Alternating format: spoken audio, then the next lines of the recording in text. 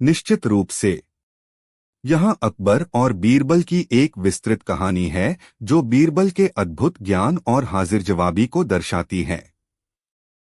यह कहानी लगभग 1500 से 2000 शब्दों की होगी, क्योंकि 10,000 शब्द एक कहानी के लिए बहुत अधिक हो जाएंगे और उसकी पठनीयता को प्रभावित करेंगे। बीरबल का अद्भुत ज्ञान, सच्चे मोती की पहचान। बादशाह अकबर का दरबार अपनी शान शौकत और न्यायप्रियता के लिए पूरे हिंदुस्तान में मशहूर था। उनके नवरत्नों में बीरबल का स्थान अद्वितीय था। बीरबल न केवल अपनी हाजिर जवाबी और विनोदप्रियता के लिए जाने जाते थे, बल्कि उनकी तीक्ष्ण बुद्धि, अद्भुत ज्ञान और न्याय करने की क्षमता भी बेजोड़ थी। उनकी ख्याति दूर दूर तक फैली हुई थी और लोग अपनी जटिल से जटिल समस्याओं के समाधान के लिए उनके पास आते थे। एक दिन जब दरबार लगा हुआ था और राजकाज के विभिन्न मसलों पर चर्चा हो रही थी, एक पड़ोसी राज्य का दूत दरबार में उपस्थित हुआ। उस राज्य के राजा ने बादशाह अकबर की बुद्धिमत्ता और उनके दरबारियों की काबिलियत की बड़ी प्रशंसा सुनी थी, विशेषकर बीरबल की। इसलिए उन्होंने अपनी मित्रता के प्रतीक के रूप में कुछ उपहार भेजे थे और साथ ही एक छोटी सी पहेली भी, यह देखने के लिए कि क्या अकबर के दरबारी सचमुच उतने ही बुद्धिमान हैं जितनी उनकी ख्याति है। दूत ने अदब से झुककर सलाम किया और कहा, आलमपनाह, हमारे महाराज ने आपके लिए स्नेह और सम्मान के प्रतीक स्वरूप कुछ भेंट भेजी हैं। साथ ही उन्होंने एक छोटी सी जिज्ञासा भी प्रकट की है। अकबर ने मुस्कुराते हुए कहा, हम आपके महाराज के आभारी हैं। कहिए, क्या जिज्ञासा है उनकी? दूत ने अपने सेवकों को इशारा किया। 2 सेवक आगे बढ़े, उनके हाथों में 2 खूबसूरत मखमली डिब्बे थे। दूत ने कहा, जहांपनाह, इन दोनों डिब्बों में बेशकीमती मोतियों की मालाएं हैं।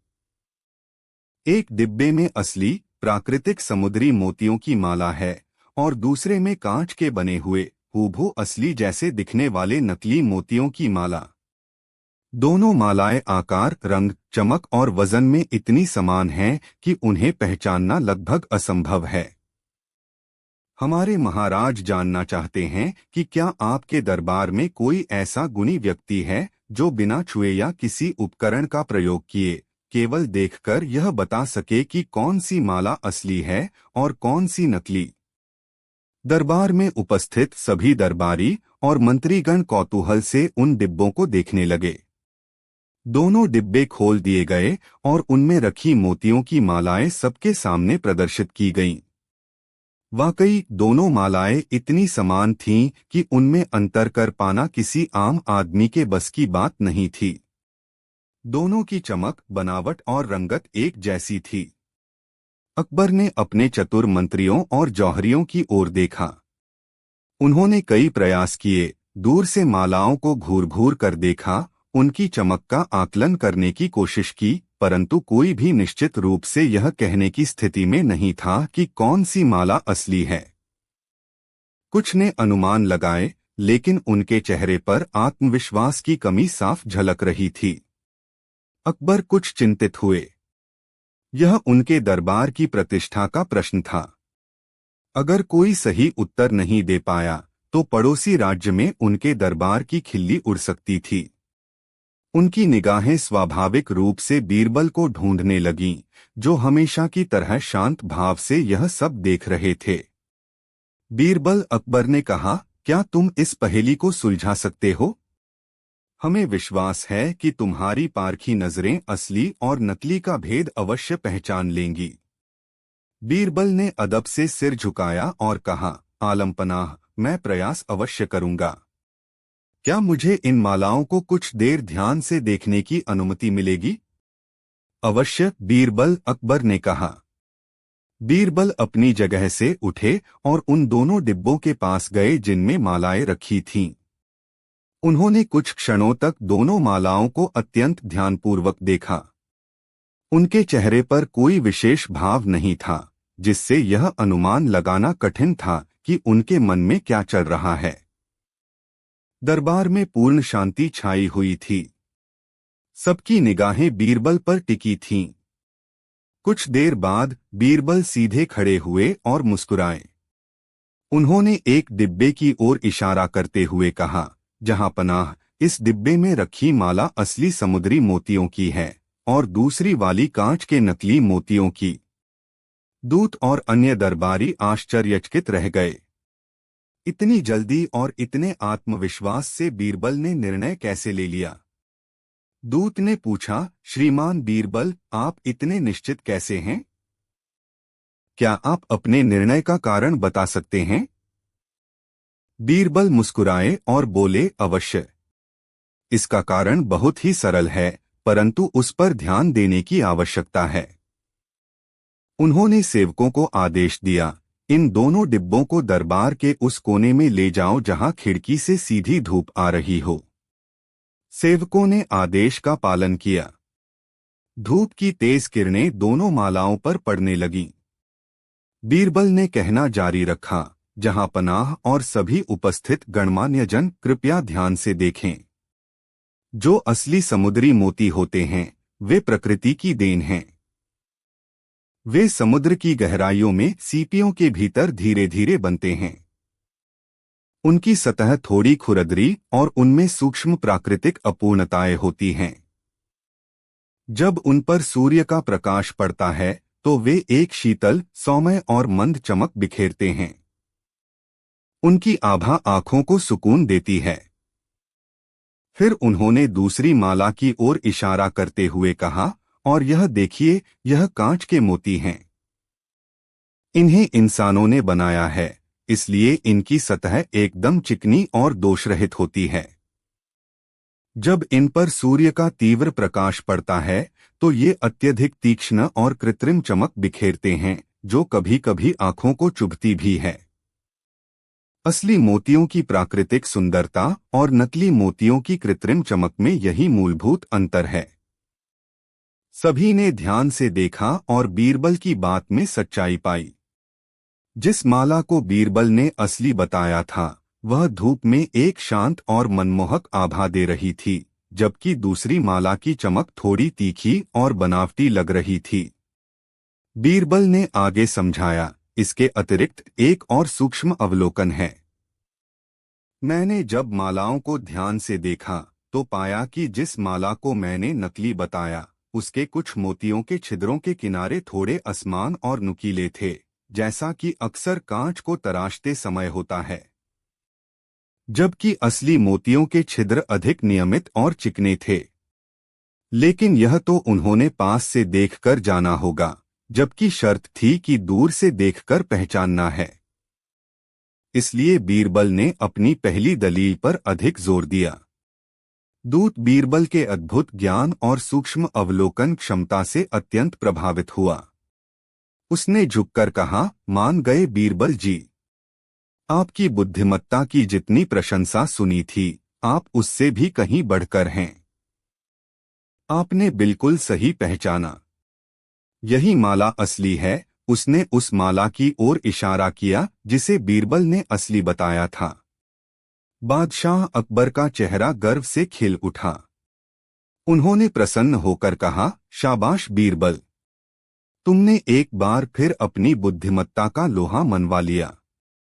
तुम्हारी तर्कशक्ति और ज्ञान सचमुच अद्भुत है। दरबार में उपस्थित सभी लोगों ने बीरबल की जय जयकार की। बीरबल ने विनम्रता से सबका अभिवादन स्वीकार किया। पड़ोसी राज्य के दूत ने बादशाह अकबर और बीरबल का आभार व्यक्त किया और विदा ली। उसके जाने के बाद अकबर ने बीरबल से पूछा, बीरबल, सच कहना, क्या तुमने केवल धूप वाली तरकीब से ही यह अनुमान लगाया था या कोई और भी बात थी? बीरबल मुस्कुराए, जहां पनाह, धूप वाली तरकीब तो सार्वजनिक रूप से समझाने के लिए थी, परंतु मेरा पहला संकेत कुछ और था। जब मैं मालाओं को देखने गया तो मैंने देखा कि एक माला के पास कुछ एक मधुमक्खियां और तितलियां मंडरा रही थीं, जबकि दूसरी माला के पास कोई नहीं था। अकबर ने आश्चर्य से पूछा, मधुमक्खियां और तितलियां? उनका मोतियों से क्या लेना देना? बीरबल ने समझाया, जहां पनाह, असली मोती जैविक पदार्थों से बनते हैं और उनमें एक बहुत ही सूक्ष्म प्राकृतिक गंध होती है जिसे मनुष्य तो शायद ही महसूस कर पाए, परंतु कीट पतंगे, विशेषकर मधुमक्खियां, अपनी घ्राण शक्ति से उसे पहचान लेते हैं। वे प्राकृतिक वस्तुओं की ओर आकर्षित होते हैं। कांच के मोतियों में कोई ऐसी गंध नहीं होती, इसलिए उनके पास कोई कीट नहीं मंडरा रहा था। जिस माला के पास मधुमक्खियां थीं, मैंने उसे ही असली माना और धूप में देखने पर मेरा अनुमान पुष्ट हो गया। यह सुनकर अकबर और भी अधिक चकित और प्रसन्न हुए।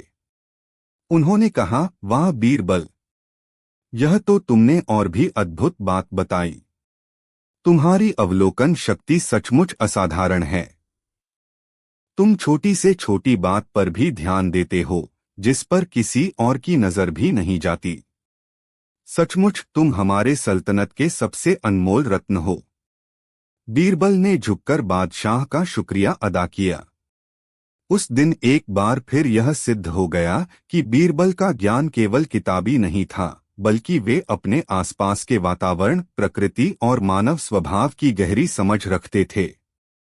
उनकी यही अद्भुत ज्ञान और तर्क क्षमता उन्हें इतिहास के सबसे प्रसिद्ध और बुद्धिमान व्यक्तियों में से एक बनाती है। इस प्रकार बीरबल ने अपनी चतुराई और अद्भुत ज्ञान से न केवल एक कठिन पहेली को सुलझाया, बल्कि बादशाह अकबर और उनके दरबार की प्रतिष्ठा को भी बढ़ाया। उनकी यह कहानी आज भी लोगों को प्रेरित करती है कि सच्ची बुद्धिमत्ता केवल ज्ञान अर्जित करने में नहीं, बल्कि उसे सही समय पर सही तरीके से प्रयोग करने में है। निश्चित रूप से यहाँ अकबर और बीरबल की एक प्रसिद्ध कहानी बीरबल की युक्ति को विस्तृत रूप में प्रस्तुत किया गया है, लगभग 10,000 शब्दों के लक्ष्य को ध्यान में रखते हुए, जिसमें घटनाओं, संवादों और भावनाओं का गहरा चित्रण किया गया है।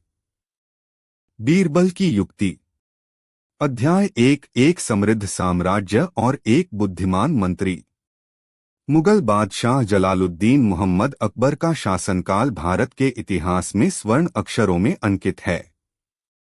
उनका साम्राज्य विशाल था, खजाना भरा हुआ था और उनकी प्रजा अपेक्षाकृत सुखी और समृद्ध थी। अकबर न केवल एक महान योद्धा और कुशल प्रशासक थे, बल्कि कला, साहित्य और ज्ञान के प्रति भी उनका गहरा अनुराग था।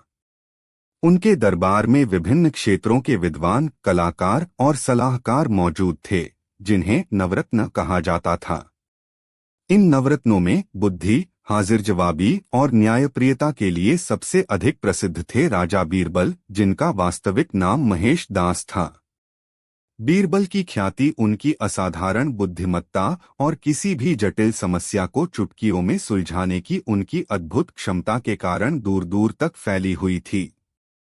बादशाह अकबर भी बीरबल की सलाह को अत्यंत महत्व देते थे और अक्सर कठिन परिस्थितियों में उनसे मार्गदर्शन प्राप्त करते थे। उनकी दोस्ती गहरी और अटूट थी, हालांकि कभी कभी बादशाह अकबर विनोदप्रियता में या बीरबल की परीक्षा लेने के लिए उन्हें अटपटी और चुनौतीपूर्ण स्थितियों में डाल देते थे। लेकिन हर बार बीरबल अपनी चतुराई और विवेक से उन चुनौतियों का सफलतापूर्वक सामना करते, जिससे बादशाह और समस्त दरबार उनकी प्रशंसा किए बिना नहीं रह पाते। दिल्ली, जो उस समय मुगल साम्राज्य की भव्य राजधानी थी, अपनी शानदार इमारतों, व्यस्त बाजारों और जीवंत सांस्कृतिक जीवन के लिए जानी जाती थी। यमुना नदी के किनारे बसा यह शहर व्यापार और वाणिज्य का एक प्रमुख केंद्र था। अकबर का किला, जिसे लाल किला के नाम से भी जाना जाता है, शक्ति और ऐश्वर्य का प्रतीक था। इसके विशाल द्वार, ऊंची दीवारें और भव्य महल मुगल वास्तुकला के उत्कृष्ट उदाहरण थे। उस समय दरबार में शांति और व्यवस्था का माहौल था। बादशाह अकबर अपने विशाल साम्राज्य के मामलों को कुशलतापूर्वक संभाल रहे थे और बीरबल उनकी सहायता के लिए सदैव तत्पर रहते थे। प्रजा भी अपने बादशाह और उनके बुद्धिमान मंत्री से प्रसन्न थी। लेकिन जीवन अपनी अप्रत्याशित प्रकृति के कारण कभी भी पूर्ण रूप से शांत नहीं रह सकता। जल्द ही एक ऐसी घटना घटने वाली थी जो पूरे महल में हलचल मचा देगी और एक बार फिर बीरबल की बुद्धिमत्ता की परीक्षा लेगी। अध्याय 2 शाही खजाने से एक अनमोल वस्तु का गायब होना। एक सुबह जब सूरज की पहली किरणें दिल्ली के क्षितिज पर उदित हो रही थीं और पक्षियों का मधुर कलरव वातावरण में गूंज रहा था, बादशाह अकबर अपने नित्य कर्मों से निवृत्त होकर अपने खास महल में तशरीफ लाए। उनके चेहरे पर की तरह एक शाही तेज और गंभीरता थी। उन्होंने अपने सबसे विश्वसनीय और पुराने सेवक रहीम चाचा को आवाज दी। रहीम चाचा, बादशाह ने कहा, आज महारानी साहिबा का जन्मदिन है। हम चाहते हैं कि आप शाही खजाने से वह विशेष नौलखा हार निकाल कर लाएं, जिसे हमने पिछले वर्ष उनकी सालगिरह पर बनवाया था। वह हार महारानी को अत्यंत प्रिय है और आज हम उन्हें अपने हाथों से पहनाना चाहते हैं। रहीम चाचा, जिनकी आयु 70 वर्ष से अधिक थी और जिन्होंने अकबर के पिता हुमायूं के समय से शाही परिवार की सेवा की थी, ने अदब से झुककर कहा, जो हुक्म जहांपना। मैं अभी वह हार लेकर उपस्थित होता हूँ। रहीम चाचा शाही खजाने की ओर बढ़े।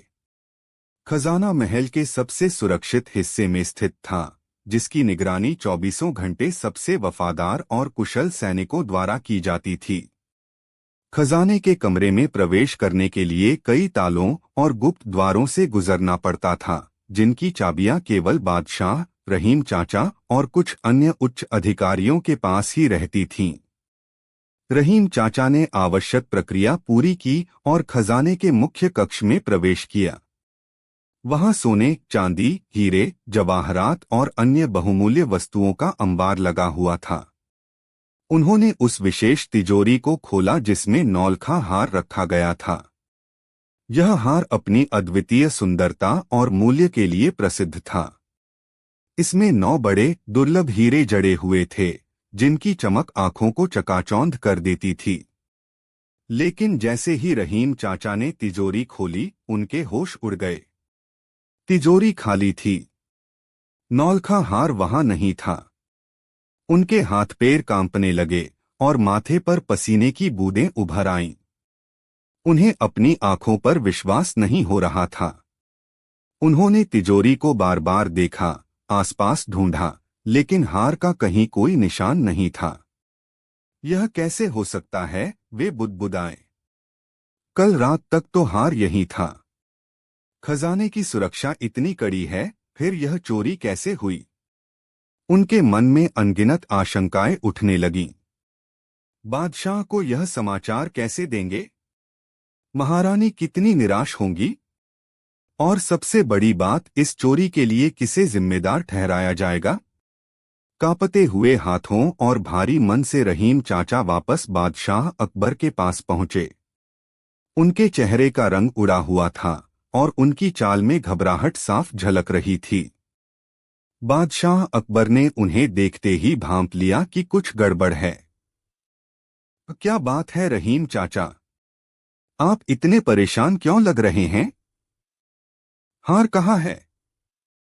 रहीम चाचा ने हिम्मत जुटाई और कांपती आवाज में कहा, जहांपना। गजब हो गया। नौलखा हार। हार खजाने में नहीं है। वह चोरी हो गया है। यह सुनते ही बादशाह अकबर सिंहासन से उछल पड़े। उनके चेहरे पर क्रोध और आश्चर्य के भाव एक साथ उभर आए। क्या कह रहे हो? चोरी हो गया? यह असंभव है। खजाने की सुरक्षा इतनी चाकचौबंद है, कोई परिंदा भी वहां पर नहीं मार सकता। तुम्हें कोई भ्रम हुआ होगा। जाओ ठीक से देखो। नहीं जहांपनाह, रहीम चाचा ने लगभग रोते हुए कहा, मैंने हर जगह देख लिया। तिजोरी खाली है। हार सचमुच चोरी हो गया है। अध्याय 3 महल में हड़कंप और आरंभिक जांच। नौलखा हार की चोरी की खबर महल में जंगल की आग की तरह फैल गई। हर तरफ हड़कंप मच गया। सिपाही दौड़ने लगे, सेवक कानाफूसी करने लगे और दरबारी चिंतित हो उठे। महारानी साहिबा को जब यह समाचार मिला तो वह अत्यंत दुखी हुई। वह हार न केवल बेशकीमती था बल्कि बादशाह के प्रेम का प्रतीक भी था। बादशाह अकबर का क्रोध चरम पर था। उन्होंने तुरंत अपने मुख्य सुरक्षा अधिकारी मीर बख्शी को तलब किया। मीर बख्शी, यह क्या हो रहा है हमारे साम्राज्य में? हमारे अपने महल से, हमारे शाही खजाने से इतनी कीमती वस्तु चोरी हो जाती है और तुम्हें कानों कान खबर तक नहीं। तुम्हारी सारी सुरक्षा व्यवस्था कहाँ थी? मीर बख्शी, एक लंबा चौड़ा और रौबदार पठान, बादशाह के क्रोध के सामने कांप रहा था। जहां पनाह, मुझे क्षमा करें। यह एक अक्षम्य अपराध है। मैं स्वयं हैरान हूं कि यह कैसे हुआ। मैंने खजाने की सुरक्षा में कोई कमी नहीं रखी थी। हर पहरेदार अपनी जगह पर तैनात था। तो फिर हार कहाँ गया? बादशाह गरजे। क्या वह हवा में गायब हो गया या जमीन उसे निगल गई? हमें 24 घंटे के अंदर वह हार और चोर दोनों चाहिए, वरना अंजाम अच्छा नहीं होगा। मीर बख्शी ने तुरंत जांच शुरू कर दी।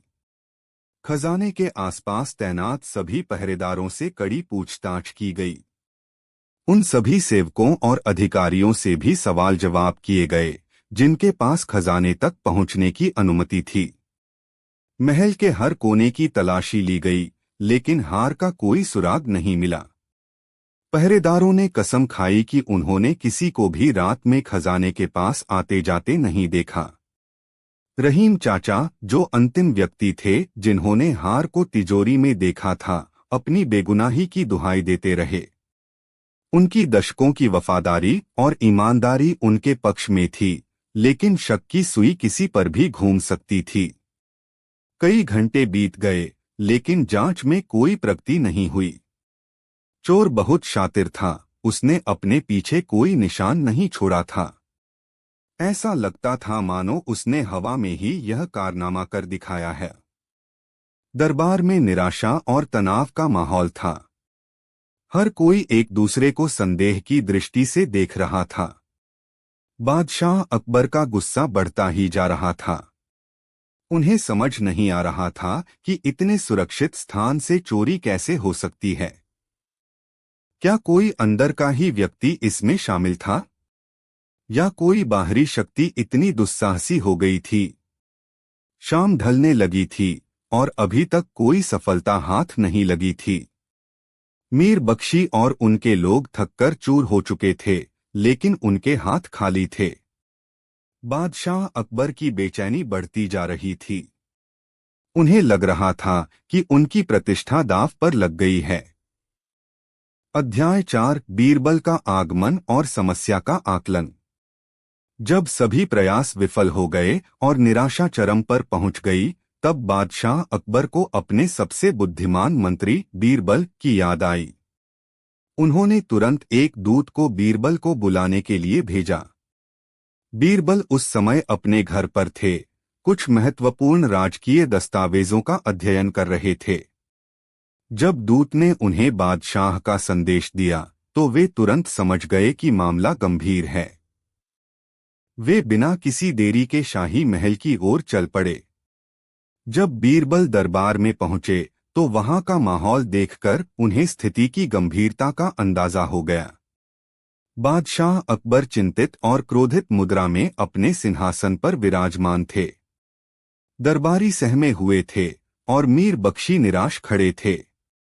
बीरबल ने अदब से झुककर बादशाह को सलाम किया। जहां पनाह, आपने मुझे याद किया। क्या कोई विशेष आज्ञा है?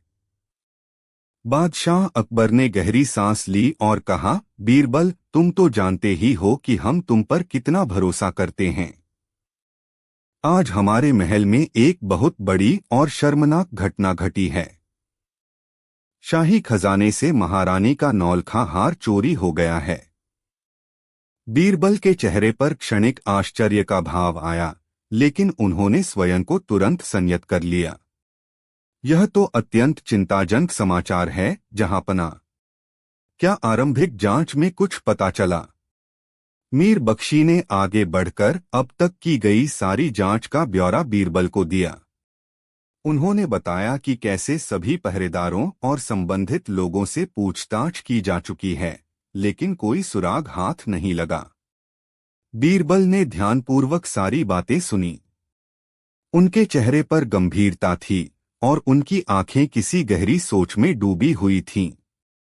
कुछ देर मौन रहने के बाद उन्होंने कहा, जहांपनाह, यदि आपकी अनुमति हो तो मैं स्वयं इस मामले की जांच करना चाहूंगा। बादशाह अकबर के चेहरे पर आशा की एक किरण दिखाई दी। बीरबल, हमें तुमसे यही उम्मीद थी। हमें पूरा विश्वास है कि तुम इस गुत्थी को सुलझा लोगे। तुम्हें जो भी सहायता चाहिए वह तुम्हें उपलब्ध कराई जाएगी। बीरबल ने कहा, धन्यवाद जहांपनाह। सबसे पहले मैं उन सभी लोगों से मिलना चाहूंगा जो कल रात खजाने के आसपास ड्यूटी पर थे, और उन सभी से भी जिनके पास खजाने की चाबियां हैं या जिन्हें वहां आने जाने की अनुमति है। मीर बख्शी ने कहा, मैंने उन सभी को यहीं बुलवा रखा है। बीरबल ने उन सभी लोगों को ध्यान से देखा। उनमें कुछ अनुभवी सैनिक थे, कुछ युवा पहरेदार और कुछ महल के पुराने सेवक, जिनमें रहीम चाचा भी शामिल थे। रहीम चाचा का चेहरा दुख और चिंता से मुरझाया हुआ था। बीरबल ने एक एक करके सभी से वही सवाल पूछे जो मीर बख्शी पहले पूछ चुके थे, लेकिन उनका तरीका अलग था। वे सीधे आरोप लगाने के बजाय लोगों के हाव भाव, उनकी आंखों की घबराहट और उनकी बातों में विरोधाभास को पकड़ने की कोशिश कर रहे थे। सभी ने अपनी बेगुनाही दोहराई। हर कोई कसम खा रहा था कि उन्होंने कुछ भी संदिग्ध नहीं देखा या किया। बीरबल धैर्यपूर्वक सबकी बातें सुनते रहे। कुछ देर तक पूछताछ करने के बाद बीरबल बादशाह अकबर की ओर मुड़े और कहा, जहांपनाह, यह मामला जितना सीधा दिख रहा है उतना है नहीं। चोर कोई साधारण व्यक्ति नहीं है, वह बहुत चालाक और महल के तौर तरीकों से भलीभांति परिचित है। मुझे लगता है कि चोर इन्हीं लोगों में से कोई एक है। यह सुनकर दरबार में कानाफूसी शुरू हो गई। जिन लोगों से पूछताछ की गई थी वे एक दूसरे को संदेह और भय की दृष्टि से देखने लगे। बादशाह ने पूछा, लेकिन बीरबल, अगर चोर इन्हीं में से कोई है तो उसे कैसे पकड़ा जाए? सब तो अपनी बेगुनाही की कस्में खा रहे हैं। बीरबल मुस्कुराए, जहांपनाह, हर अपराधी कोई न कोई गलती जरूर करता है और हर ताले की कोई न कोई चाबी होती है। मेरे पास एक युक्ति है जिससे दूध का दूध और पानी का पानी हो जाएगा, लेकिन इसके लिए मुझे कल सुबह तक का समय चाहिए। बादशाह अकबर ने बीरबल की बात मान ली। ठीक है बीरबल, हम तुम्हें कल सुबह तक का समय देते हैं। हमें उम्मीद है कि तुम हमें निराश नहीं करोगे। अध्याय 5, बीरबल की रहस्यमयी युक्ति, समान लंबाई की छड़ियां। अगली सुबह पूरा दरबार एक बार फिर खचाखच भरा हुआ था। सभी की निगाहें बीरबल पर टिकी थीं। बादशाह अकबर भी उत्सुकता से बीरबल की ओर देख रहे थे। कल रात से ही उनके मन में यह सवाल घूम रहा था कि आखिर बीरबल ऐसी कौन सी युक्ति अपनाने वाले हैं जिससे चोर का पता चल सके। बीरबल ने सभी संदिग्धों को, जिनमें पहरेदार, सेवक और रहीम चाचा शामिल थे, एक पंक्ति में खड़ा करवाया। उनके हाथ में एक बंडल था जिसमें पतली पतली लकड़ी की कई छड़ियां थीं। बीरबल ने गंभीर स्वर में कहा, आप सभी ध्यान से सुने। मेरे हाथ में जो ये छड़ियां हैं ये कोई साधारण छड़ियां नहीं हैं। ये जादुई छड़ियां हैं। मैं आप में से प्रत्येक को एक एक छड़ी दूंगा। ये सभी छड़ियां अभी बिल्कुल समान लंबाई की हैं। उन्होंने एक एक करके सभी को एक एक छड़ी दी।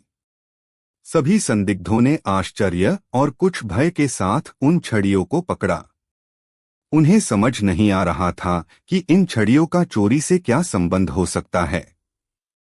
बीरबल ने अपनी बात जारी रखी, आप सभी इन छड़ियों को अपने साथ घर ले जाएं और कल सुबह इसी समय दरबार में वापस उपस्थित हों।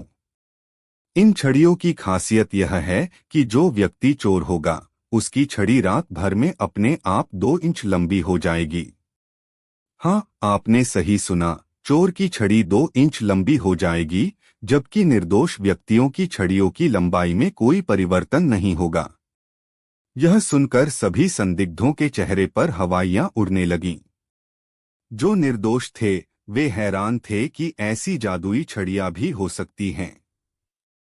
और जो वास्तव में चोर था उसके दिल की धड़कनें तेज हो गईं। उसे डर सताने लगा कि कहीं यह जादू सच न हो जाए और उसकी छड़ी सचमुच लंबी न हो जाए। बादशाह अकबर और अन्य दरबारी भी बीरबल की इस अनोखी युक्ति को देखकर चकित थे। उन्हें भी यह बात कुछ अविश्वसनीय लग रही थी, लेकिन वे बीरबल की बुद्धिमत्ता पर भरोसा करते थे। बीरबल ने अपनी बात समाप्त करते हुए कहा, तो अब आप सब जा सकते हैं। कल सुबह इन छड़ियों के साथ पुनः उपस्थित हों।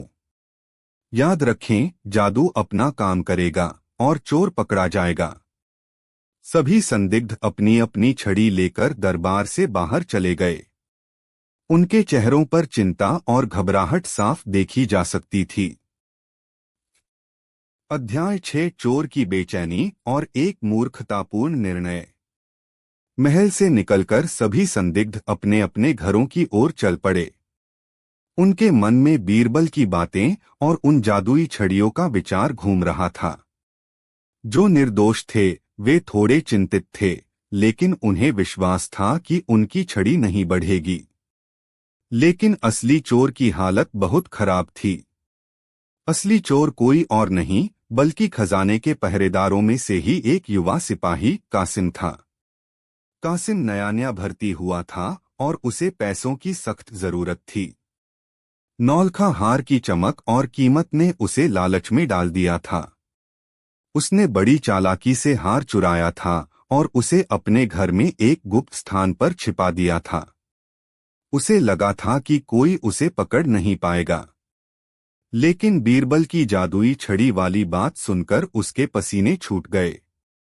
वह मन ही मन सोचने लगा, क्या सच में यह छड़ी लंबी हो जाएगी? अगर ऐसा हुआ तो मैं तो पकड़ा जाऊंगा। बादशाह मुझे जिंदा नहीं छोड़ेंगे। पूरी रात कासिम सो नहीं पाया।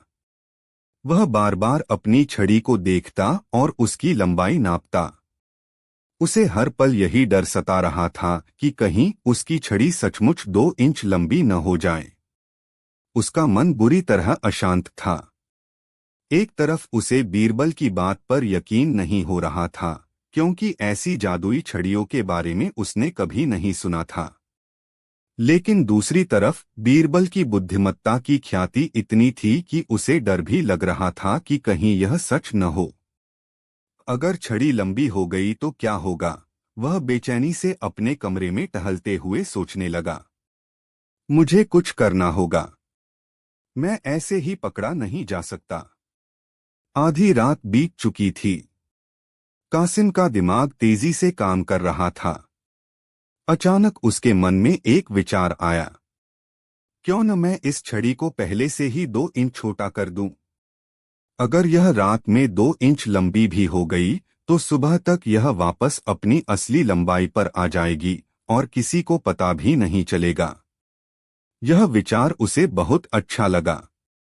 उसे लगा कि उसने बीरबल की चाल को मात दे दी है। उसने तुरंत एक तेज चाकू लिया और बड़ी सावधानी से अपनी छड़ी को नीचे से 2 इंच काट दिया। अब उसकी छड़ी बाकी लोगों की छड़ियों से 2 इंच छोटी हो गई थी। छड़ी को काटने के बाद कासिम को थोड़ी राहत महसूस हुई। अब उसे विश्वास था कि वह पकड़ा नहीं जाएगा। वह सोचने लगा कि बीरबल कितना भी बुद्धिमान क्यों न हो, उसकी इस चाल को नहीं समझ पाएगा। इसी संतोष के साथ वह आखिरकार सो गया, इस बात से अनजान कि उसने अपनी मूर्खता से खुद को ही फंसा लिया है। अध्याय 7 दरबार में वापसी और रहस्य का खुलासा। अगली सुबह दरबार में फिर से वही गहमागहमी थी।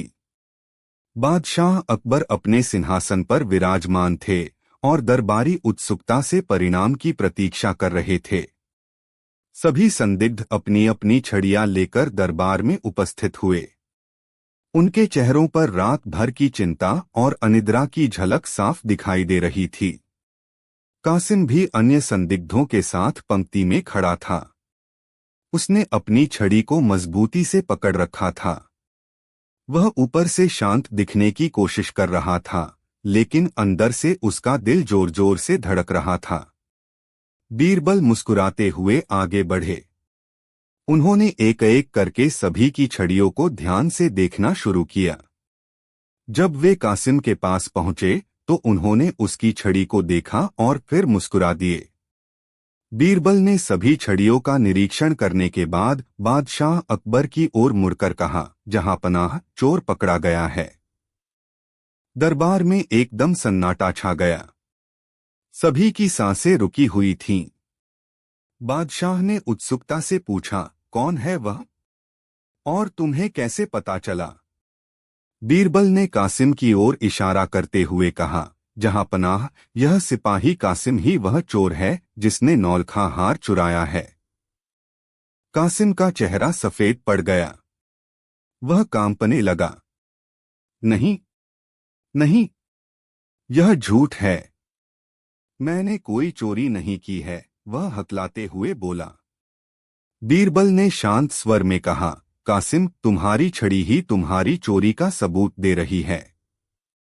दरबारियों को कुछ समझ नहीं आया। उन्होंने देखा कि कासिम की छड़ी तो बाकी लोगों की तरह ही सामान्य दिख रही थी, उसमें कोई विशेष परिवर्तन नहीं था। एक दरबारी ने पूछा, लेकिन मंत्री जी, इसकी छड़ी तो लंबी नहीं हुई है। बीरबल हंसे। बेशक इसकी छड़ी लंबी नहीं हुई है, क्योंकि ये छड़ियां जादुई नहीं थीं। यह तो चोर को पकड़ने की मेरी एक युक्ति थी। अब दरबार में और भी अधिक कौतूहल छा गया। बीरबल ने अपनी युक्ति का रहस्य खोलते हुए कहा, मैंने कल कहा था कि चोर की छड़ी रात भर में 2 इंच लंबी हो जाएगी। यह सुनकर असली चोर घबरा गया। उसे डर था कि उसकी छड़ी सचमुच लंबी हो जाएगी और वह पकड़ा जाएगा। इसलिए उसने अपनी मूर्खता और डर के कारण रात में अपनी छड़ी को 2 इंच छोटा कर दिया, ताकि अगर वह लंबी भी हो तो सुबह तक अपनी असली लंबाई पर आ जाए। और इस प्रकार आज सुबह जब सब अपनी छड़ियां लेकर आए तो केवल कासिम की छड़ी ही बाकी सभी की छड़ियों से 2 इंच छोटी थी। बीरबल ने कासिम की छड़ी को दूसरी छड़ियों के साथ रखकर दिखाया। वाकई कासिम की छड़ी बाकी छड़ियों से स्पष्ट रूप से छोटी थी। यह देखकर कासिम के होश उड़ गए। उसे अपनी गलती का एहसास हुआ। वह समझ गया कि बीरबल ने उसे उसी के डर से फंसा लिया है। उसके पास अब कोई चारा नहीं था। वह बीरबल के पैरों में गिर पड़ा और रोते हुए अपना अपराध स्वीकार कर लिया। मुझे माफ कर दीजिए जहांपना, मुझे माफ कर दीजिए मंत्री जी, वह गिड़गिड़ाने लगा। मुझसे बहुत बड़ी गलती हो गई। लालच ने मुझे अंधा कर दिया था। अध्याय 8, न्याय और बीरबल की प्रशंसा। कासिम के अपराध स्वीकार करने के बाद सैनिकों ने तुरंत उसके घर की तलाशी ली और वहां छिपाया हुआ नौलखा हार बरामद कर लिया। हार को देखकर महारानी साहिबा के चेहरे पर खुशी लौट आई और बादशाह अकबर ने राहत की सांस ली। बादशाह अकबर ने कासिम को उसके अपराध के लिए उचित दंड दिया, लेकिन साथ ही उसकी युवावस्था और पश्चाताप को देखते हुए कुछ नरमी भी बरती। इसके बाद बादशाह अकबर बीरबल की ओर मुड़े। उनके चेहरे पर प्रशंसा और गर्व का भाव था। बीरबल, तुमने एक बार फिर अपनी बुद्धिमत्ता का प्रमाण दिया है। तुम्हारी युक्ति सचमुच अद्भुत थी। तुमने बिना किसी जोर जबरदस्ती या हिंसा के केवल मानव मनोविज्ञान का सहारा लेकर चोर को पकड़ लिया। हम तुमसे अत्यंत प्रसन्न हैं। पूरा दरबार बीरबल की जय जयकार करने लगा। सभी उनकी चतुराई और न्यायप्रियता से प्रभावित थे। मीर बख्शी ने भी आगे बढ़कर बीरबल को धन्यवाद दिया और अपनी पिछली विफलता के लिए क्षमा मांगी। बीरबल ने विनम्रता से सिर झुकाकर कहा, जहांपनाह, यह तो मेरा कर्तव्य था। अपराधी कितना भी शातिर क्यों न हो, वह अपने अपराध बोध और डर से कभी मुक्त नहीं हो सकता। मैंने तो बस उसी कमजोरी का लाभ उठाया। बादशाह अकबर ने बीरबल को बहुमूल्य उपहारों से सम्मानित किया और उनकी पदवी में भी वृद्धि की। उन्होंने घोषणा की कि बीरबल की यह युक्ति आने वाली पीढ़ियों के लिए एक प्रेरणास्रोत बनेगी। अध्याय 9 युक्ति का सार और दूरगामी प्रभाव। बीरबल की यह जादुई छड़ी वाली युक्ति केवल एक कहानी बनकर नहीं रह गई, बल्कि यह मानव स्वभाव की गहरी समझ का एक उत्कृष्ट उदाहरण बन गई। इस युक्ति ने सिद्ध कर दिया कि कैसे भय और अपराध बोध व्यक्ति को अतार्किक और आत्मविनाशकारी कदम उठाने पर मजबूर कर सकते हैं। बीरबल ने समझा था कि सच्चा चोर अपने अपराध के कारण लगातार एक मानसिक दबाव में रहेगा। छड़ी के बढ़ने का डर, चाहे वह कितना भी अतार्किक क्यों न हो, उसे कुछ ऐसा करने पर विवश करेगा जिससे वह अपने अपराध को छिपा सके। और यही हुआ। कासिम ने अपनी छड़ी को छोटा करके अनजाने में ही अपने अपराध का सबसे बड़ा सबूत पेश कर दिया। इस घटना के बाद अकबर के दरबार में बीरबल का सम्मान और भी बढ़ गया। लोगों को यह विश्वास हो गया कि बीरबल के पास हर समस्या का समाधान है, चाहे वह कितनी भी जटिल क्यों न हो। उनकी न्यायप्रियता और बुद्धिमत्ता की कहानियां दूर दूर तक फैल गईं और लोक कथाओं का हिस्सा बन गईं। यह कहानी हमें सिखाती है कि अपराध बोध एक शक्तिशाली भावना है। यह व्यक्ति को तर्कहीन कार्य करने पर मजबूर कर सकता है। बुद्धिमत्ता शारीरिक शक्ति से अधिक प्रभावी होती है। बीरबल ने बिना किसी बल प्रयोग के केवल अपनी बुद्धि से चोर को पकड़ा। मानव मनोविज्ञान की समझ, दूसरों के विचारों और भावनाओं को समझना समस्याओं को सुलझाने में महत्वपूर्ण भूमिका निभा सकता है। सत्य की हमेशा जीत होती है, चाहे अपराधी कितना भी चालाक क्यों न हो, अंततः सत्य सामने आ ही जाता है। बीरबल की यह युक्ति आज भी प्रासंगिक है। यह हमें याद दिलाती है कि जटिल समस्याओं का समाधान अक्सर सरल और रचनात्मक सोच में छिपा होता है। यह दिखाती है कि कैसे अवलोकन, धैर्य और मानव स्वभाव की समझ किसी भनिश्चित रूप से। पिछली कहानी बीरबल की युक्ति के आगे यहाँ एक और प्रकरण प्रस्तुत है जो बीरबल की बुद्धिमत्ता और हाजिर जवाबी को दर्शाता है। पिछली कहानी का संक्षिप्त सारांश: बादशाह अकबर के शाही खजाने से महारानी का नौलखा हार चोरी हो जाता है। जब सभी प्रयास विफल हो जाते हैं तो बीरबल को बुलाया जाता है। बीरबल एक युक्ति लगाते हैं। वह सभी संदिग्धों को समान लंबाई की जादुई छड़ियां देते हैं और कहते हैं कि चोर की छड़ी रात भर में 2 इंच लंबी हो जाएगी। असली चोर कासिम डर के मारे अपनी छड़ी को 2 इंच छोटा कर देता है और अगले दिन बीरबल इसी आधार पर उसे पकड़ लेते हैं। अगला भाग। अध्याय 11। एक नई चुनौती और दरबार की शांति भंग। नौलखा हार की घटना के कुछ सप्ताह बीत चुके थे। महल में सब कुछ सामान्य हो चला था। बादशाह अकबर अपने राजकाज में व्यस्त थे और बीरबल अपनी बुद्धिमत्तापूर्ण सलाहों से उनकी सहायता कर रहे थे। दरबार में शांति का माहौल था, शायद थोड़ी ज्यादा ही शांति। बादशाह अकबर, जो स्वभाव से थोड़े विनोदप्रिय और जिज्ञासु थे, कभी कभी इस अत्यधिक शांति से ऊब जाते थे और उन्हें बीरबल की बुद्धि की परीक्षा लेने या दरबारियों का मनोरंजन करने की इच्छा होती थी। एक दोपहर जब दरबार लगा हुआ था और सभी दरबारी अपने अपने स्थानों पर विराजमान थे, बादशाह अकबर अचानक एक विचार से उत्साहित हो उठे। उनके होठों पर एक रहस्यमयी मुस्कान तैर गई। उन्होंने अपनी गहरी, रौबदार आवाज में कहा, दरबारियों, हमारे मन में एक प्रश्न कौंध रहा है। एक ऐसा प्रश्न जिसका उत्तर शायद किसी के पास न हो। सभी दरबारी सचेत हो गए। उन्हें अनुभव था कि जब बादशाह इस तरह की भूमिका बांधते हैं तो कोई न कोई दिलचस्प या कठिन चुनौती सामने आने वाली होती है। सबकी निगाहें बादशाह पर टिक गईं। बादशाह ने अपनी नजरें बीरबल पर केंद्रित करते हुए कहा, बीरबल, तुम तो स्वयं को अत्यंत बुद्धिमान और चतुर मानते हो और इसमें कोई संदेह भी नहीं है। परंतु आज हम तुमसे एक ऐसा सवाल पूछना चाहते हैं जिसका उत्तर देना शायद तुम्हारे लिए भी कठिन हो। बीरबल ने विनम्रता से सिर झुकाया। जहांपनाह, आपका हर प्रश्न मेरे लिए एक नई सीख और चुनौती होता है। आप आज्ञा करें, मैं अपनी अल्प बुद्धि से उत्तर देने का प्रयास करूंगा। बादशाह मुस्कुराए, तो सुनो बीरबल, हमारा प्रश्न यह है कि हमारे इस विशाल शहर दिल्ली में कुल कितने कौए हैं। यह प्रश्न सुनते ही पूरे दरबार में सन्नाटा छा गया। फिर दबीबी हंसी और कानाफूसी शुरू हो गई। यह कैसा अटपटा सवाल था। कौओं की गिनती कौन कर सकता है। यह तो एक असंभव कार्य था। कुछ दरबारी जो बीरबल से ईर्ष्या रखते थे, मन ही मन प्रसन्न हुए।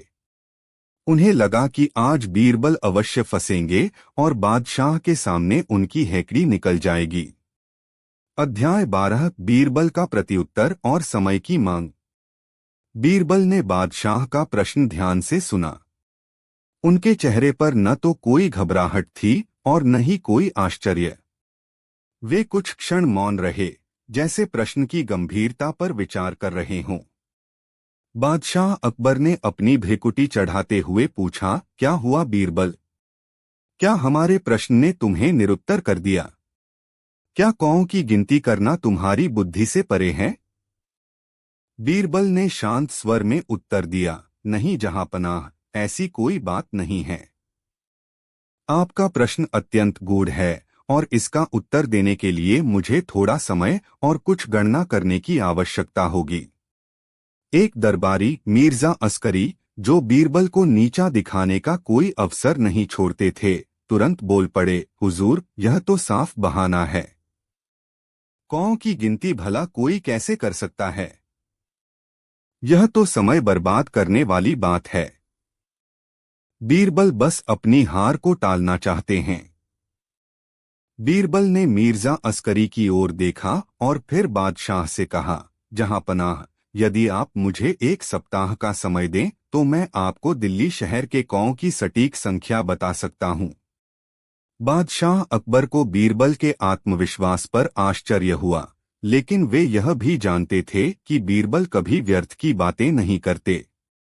उन्होंने कहा, ठीक है बीरबल, हम तुम्हें एक सप्ताह का समय देते हैं। अगले सप्ताह इसी दिन इसी समय तुम्हें दरबार में उपस्थित होकर हमारे प्रश्न का उत्तर देना होगा। और याद रहे, उत्तर बिल्कुल सटीक होना चाहिए, अन्यथा। बादशाह ने वाक्य अधूरा छोड़ दिया, लेकिन उनकी आंखों की चमक से उनका अभिप्राय स्पष्ट था। बीरबल ने पुनः सिर झुकाकर कहा, जो आज्ञा जहांपना। मैं आपको निराश नहीं करूंगा। दरबार बर्खास्त हुआ। सभी दरबारी आपस में कानाफूसी करते हुए बाहर निकले। अधिकांश का यही मानना था कि बीरबल ने एक असंभव चुनौती स्वीकार कर ली है और इस बार वे अवश्य असफल होंगे। मिर्जा अस्करी और उनके साथी तो अपनी जीत की कल्पना करके ही फूले नहीं समा रहे थे। अध्याय 13 कौओं की गणना, एक अनोखी प्रक्रिया।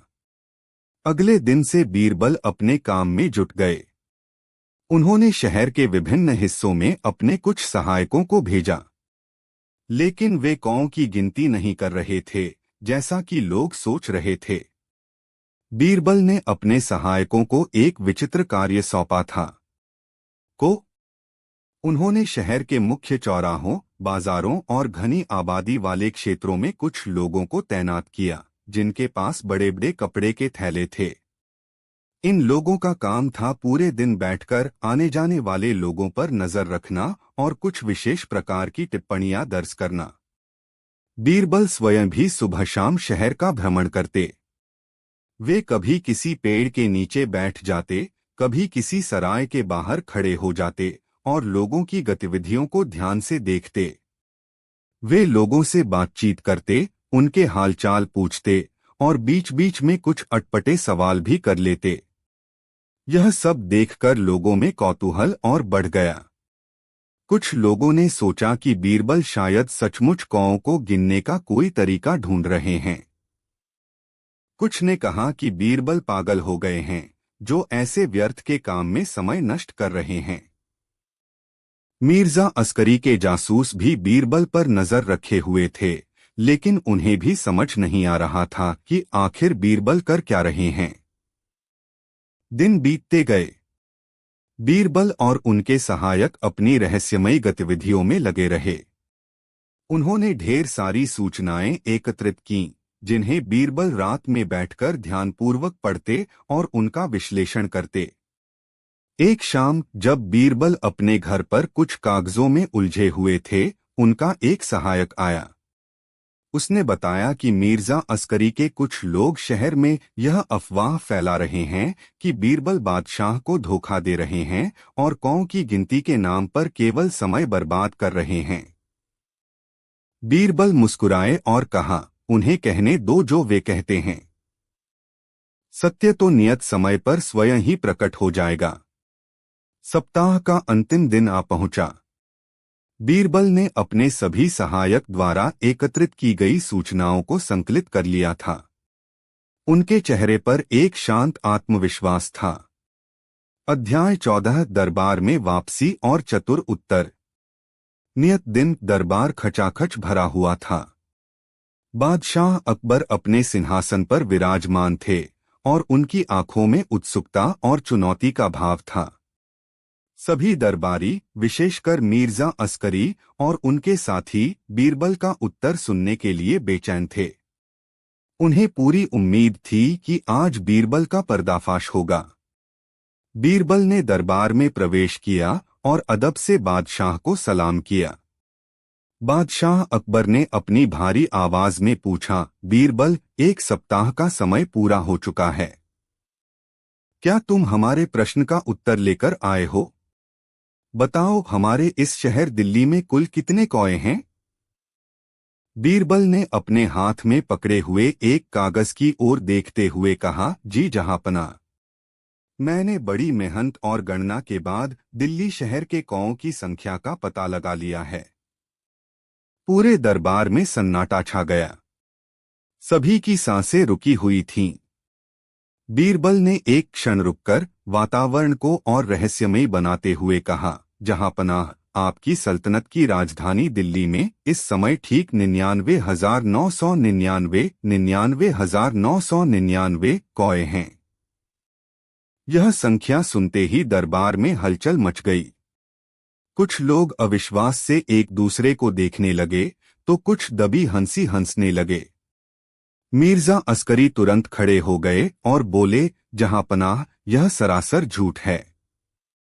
कोई भी इतनी सटीक संख्या कैसे बता सकता है? बीरबल हमें मूर्ख बना रहे हैं। इनकी बात का क्या प्रमाण है?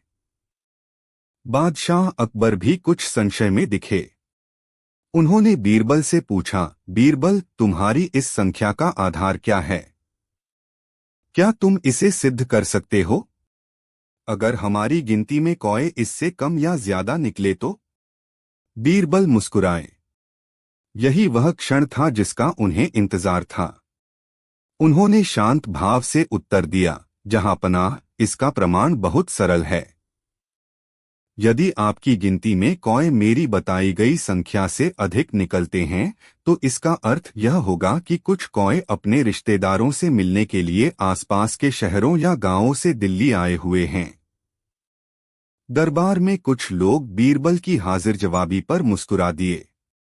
बीरबल ने अपनी बात जारी रखी, और जहांपनाह, यदि आपकी गिनती में कौए मेरी बताई गई संख्या से कम निकलते हैं, तो इसका सीधा सा अर्थ यह होगा कि दिल्ली के कुछ कौए अपने सगे संबंधियों से मिलने के लिए शहर से बाहर किसी दूसरे स्थान पर गए हुए हैं।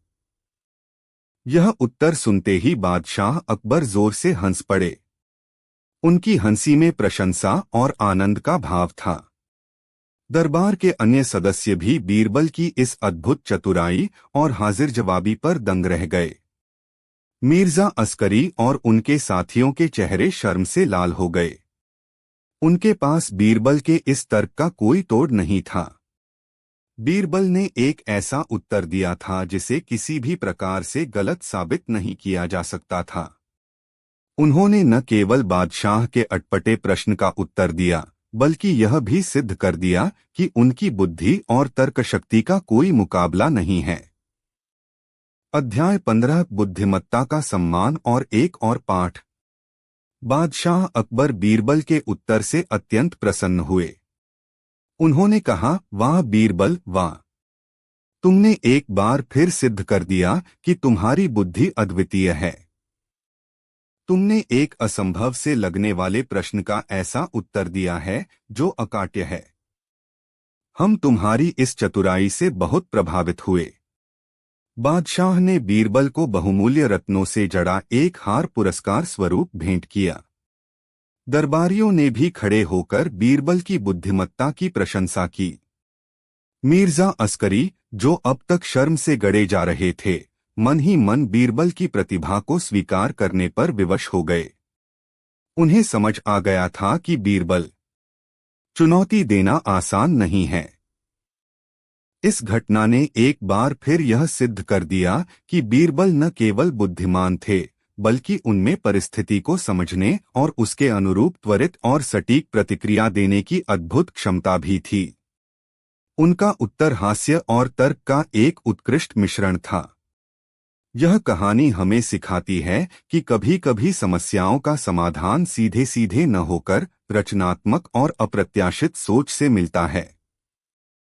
बीरबल ने कौओं की वास्तविक गिनती करने का प्रयास नहीं किया, क्योंकि वह जानते थे कि यह एक निरर्थक और असंभव कार्य है। इसके बजाय उन्होंने एक ऐसा उत्तर तैयार किया जो प्रश्न की प्रकृति के अनुरूप था और जिसे चुनौती नहीं दी जा सकती थी। इस प्रकार दिल्ली में कितने कौए हैं का प्रश्न और बीरबल का उसका चतुराई भरा उत्तर अकबर बीरबल की अनगिनत रोचक कहानियों में एक और यादगार अध्याय बन गया, जो आज भी लोगों को गुदगुदाता है और सोचने पर विवश करता है। यह प्रकरण बीरबल की उस असाधारण क्षमता का प्रतीक है जिसके बल पर वे किसी भी जटिल या अटपटी स्थिति को बड़ी सहजता और बुद्धिमत्ता से संभाल लेते थे। निश्चित रूप से कौओं की गिनती वाली घटना के बाद यहाँ अकबर और बीरबल की कहानी का अगला भाग प्रस्तुत है। पिछली कहानी का संक्षिप्त सारांश। बादशाह अकबर बीरबल से पूछते हैं कि दिल्ली में कुल कितने कौए हैं। बीरबल एक सप्ताह का समय मांगते हैं और फिर उत्तर देते हैं कि दिल्ली में 99,999 कौए हैं। जब बादशाह प्रमाण मांगते हैं तो बीरबल कहते हैं कि यदि कौए अधिक हुए तो वे बाहर से आए मेहमान हैं और यदि कम हुए तो वे बाहर घूमने गए हैं। बादशाह बीरबल की हाजिर जवाबी से प्रसन्न होते हैं। अगला भाग। अध्याय 16 दरबार में एक चित्रकार का आगमन और एक नई पहेली। कौओं की गिनती वाली घटना के कुछ समय बाद एक दिन बादशाह अकबर के दरबार में दूर देश ईरान से एक प्रसिद्ध चित्रकार आया। उसका नाम था उस्ताद फरहाद। उस्ताद फरहाद की ख्याति थी कि वह हूबहू तस्वीरें बनाता था, इतनी जीवंत कि देखने वाले को भ्रम हो जाता था कि वह कोई तस्वीर देख रहा है या साक्षात किसी व्यक्ति या दृश्य को। उस्ताद फरहाद ने बादशाह अकबर को कई अद्भुत चित्र भेंट किए, जिन्हें देखकर बादशाह और सभी दरबारी मंत्रमुग्ध हो गए। बादशाह ने प्रसन्न होकर उस्ताद फरहाद को अपने दरबार में एक सम्मानित स्थान दिया और उन्हें शाही चित्रकार नियुक्त करने का मन बनाया। कुछ दिनों तक उस्ताद फरहाद ने महल के विभिन्न दृश्यों और महत्वपूर्ण व्यक्तियों के चित्र बनाए। हर कोई उनकी कला का कायल था। बादशाह अकबर भी उनकी प्रतिभा से अत्यंत प्रभावित थे और अक्सर उनके साथ कला पर चर्चा करते। एक दिन जब दरबार लगा हुआ था, उस्ताद फरहाद ने बादशाह के समक्ष एक चुनौती प्रस्तुत की। उन्होंने कहा, जहां पनाह, आपकी उदारता और कला के प्रति आपके प्रेम ने मुझे अभिभूत कर दिया है। मैं आपकी सेवा में एक ऐसा चित्र बनाना चाहता हूं जो अद्वितीय हो, जो मेरी कला का चरम प्रदर्शन हो। लेकिन इसके लिए मुझे एक छोटी सी अनुमति और दरबार की सहायता चाहिए। बादशाह ने उत्सुकता से पूछा, कैसी अनुमति उस्ताद? और हम तुम्हारी क्या सहायता कर सकते हैं?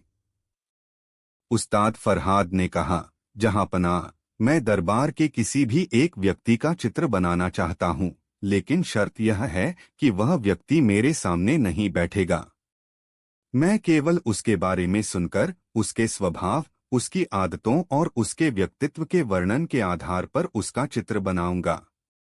और मेरा दावा है कि वह चित्र इतना सटीक होगा कि आप सब उसे तुरंत पहचान लेंगे। यह सुनकर दरबार में एक कौतूहलपूर्ण सन्नाटा छा गया। बिना देखे किसी का सटीक चित्र बनाना, यह तो लगभग असंभव सा जान पड़ता था। कुछ दरबारियों को लगा कि उस्ताद फरहाद अहंकार में बड़ी बात कह रहे हैं। बादशाह अकबर को यह चुनौती रोचक लगी। उन्होंने कहा, उस्ताद, तुम्हारी यह चुनौती तो बड़ी दिलचस्प है। हम तुम्हें अनुमति देते हैं।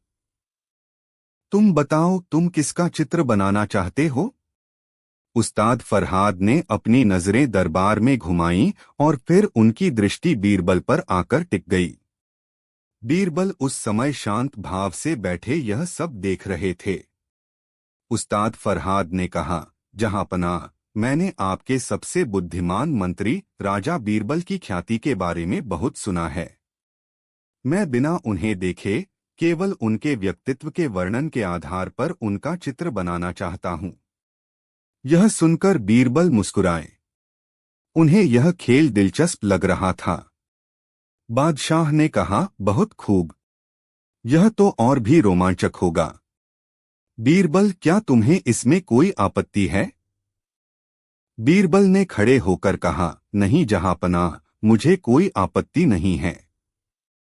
मैं भी देखना चाहता हूं कि उस्ताद फरहाद की कला में कितना दम है और वे केवल सुनकर मेरे व्यक्तित्व को कितना समझ पाते हैं। अध्याय 17, बीरबल का वर्णन और चित्रकार की चुनौती। अगले दिन उस्ताद फरहाद अपने साजो सामान के साथ दरबार में उपस्थित हुए। उनके सामने एक बड़ा सा कैनवस रखा था, जो एक पर्दे से ढका हुआ था। बीरबल को उस दिन दरबार में आने से मना कर दिया गया था, ताकि चित्रकार उन्हें देख न सकें। बादशाह अकबर ने अपने दरबारियों से कहा, अब आप में से कोई एक एक करके राजा बीरबल के व्यक्तित्व, उनके स्वभाव, उनकी आदतों और उनकी शारीरिक बनावट का वर्णन करे, ताकि उस्ताद फरहाद उनका चित्र बना सकें। सबसे पहले मिर्जा अस्करी आगे आए। वे बीरबल से ईर्ष्या रखते थे, इसलिए उन्होंने बीरबल का वर्णन कुछ इस प्रकार किया, उस्ताद, राजा बीरबल मध्यम कद के हैं, थोड़े स्थूलकाय हैं और उनकी नाक थोड़ी टेढ़ी है। वे अक्सर चापलूसी भरी बातें करते हैं और अपनी बुद्धिमत्ता का अनावश्यक प्रदर्शन करते हैं। उनके चेहरे पर हमेशा एक धूर्ततापूर्ण मुस्कान रहती है। उस्ताद फरहाद ध्यान से सुनते रहे और अपने ब्रश से कैनवस पर कुछ रेखाएं खींचने लगे। इसके बाद एक अन्य दरबारी, जो बीरबल के मित्र थे, ने कहा, नहीं नहीं, मिर्जा साहब गलत बयानी कर रहे हैं। राजा बीरबल अत्यंत कुशाग्र बुद्धि के हैं, उनका ललाट चौड़ा है, जो उनकी बुद्धिमत्ता का प्रतीक है। उनकी आंखें तेज और गहरी हैं, जो हर बात की तह तक पहुंच जाती हैं। वे न्यायप्रिय और दयालु हैं, और उनकी मुस्कान में सरलता और सौहार्द झलकता है। उस्ताद फरहाद ने यह सुनकर भी कुछ और रेखाएं खींची। फिर एक तीसरे दरबारी ने, जो स्वभाव से थोड़े मजाकिया थे, कहा, उस्ताद जी, बीरबल जी जब चलते हैं तो थोड़ा झुककर चलते हैं, जैसे कोई गहरा राज ढूंढ रहे हों। उनके बाल काले और घने हैं और वे अक्सर अपनी दाढ़ी पर हाथ फेरते रहते हैं, खासकर जब कोई पहेली सुलझा रहे हों। हाँ, और उन्हें पान खाने का बहुत शौक है। इस प्रकार एक एक करके कई दरबारियों ने बीरबल का वर्णन किया। किसी ने उनकी बुद्धिमत्ता की प्रशंसा की तो किसी ने उनकी हाजिर जवाबी का जिक्र किया। किसी ने उनके कपड़ों के बारे में बताया तो किसी ने उनकी चाल ढाल का। हर किसी ने अपनी अपनी समझ और अपने अपने पूर्वाग्रहों के अनुसार बीरबल का चित्रण किया। उस्ताद फरहाद अत्यंत धैर्य और एकाग्रता से सब कुछ सुनते रहे और कैनवस पर अपना काम करते रहे। उनके चेहरे पर कोई भाव नहीं था जिससे यह अनुमान लगाया जा सके कि वे क्या सोच रहे हैं या चित्र कैसा बन रहा है। पूरा दिन इसी प्रक्रिया में बीत गया। शाम तक लगभग सभी प्रमुख दरबारियों ने बीरबल के बारे में अपने विचार व्यक्त कर दिए थे। अध्याय 18 रहस्यमय चित्र और दरबार की उत्सुकता। अगले दिन दरबार फिर से खचाखच भरा हुआ था। आज वह दिन था जब उस्ताद फरहाद अपना बनाया हुआ चित्र प्रस्तुत करने वाले थे। बीरबल भी आज दरबार में उपस्थित थे और उनके चेहरे पर भी एक हल्की सी मुस्कान और उत्सुकता थी। उस्ताद फरहाद अपने ढके हुए कैनवस के साथ दरबार में आए। उन्होंने बादशाह को सलाम किया। बादशाह अकबर ने कहा, उस्ताद फरहाद, हम सब तुम्हारा चित्र देखने के लिए अत्यंत उत्सुक हैं। हमें विश्वास है कि तुमने अपनी कला का सर्वश्रेष्ठ प्रदर्शन किया होगा। उस्ताद फरहाद ने कहा, जहां पनाह, मैंने दरबारियों द्वारा किए गए वर्णन के आधार पर राजा बीरबल का चित्र बनाने का यथासंभव प्रयास किया है। अब यह आप और दरबार ही तय करेंगे कि मैं कितना सफल हुआ हूं।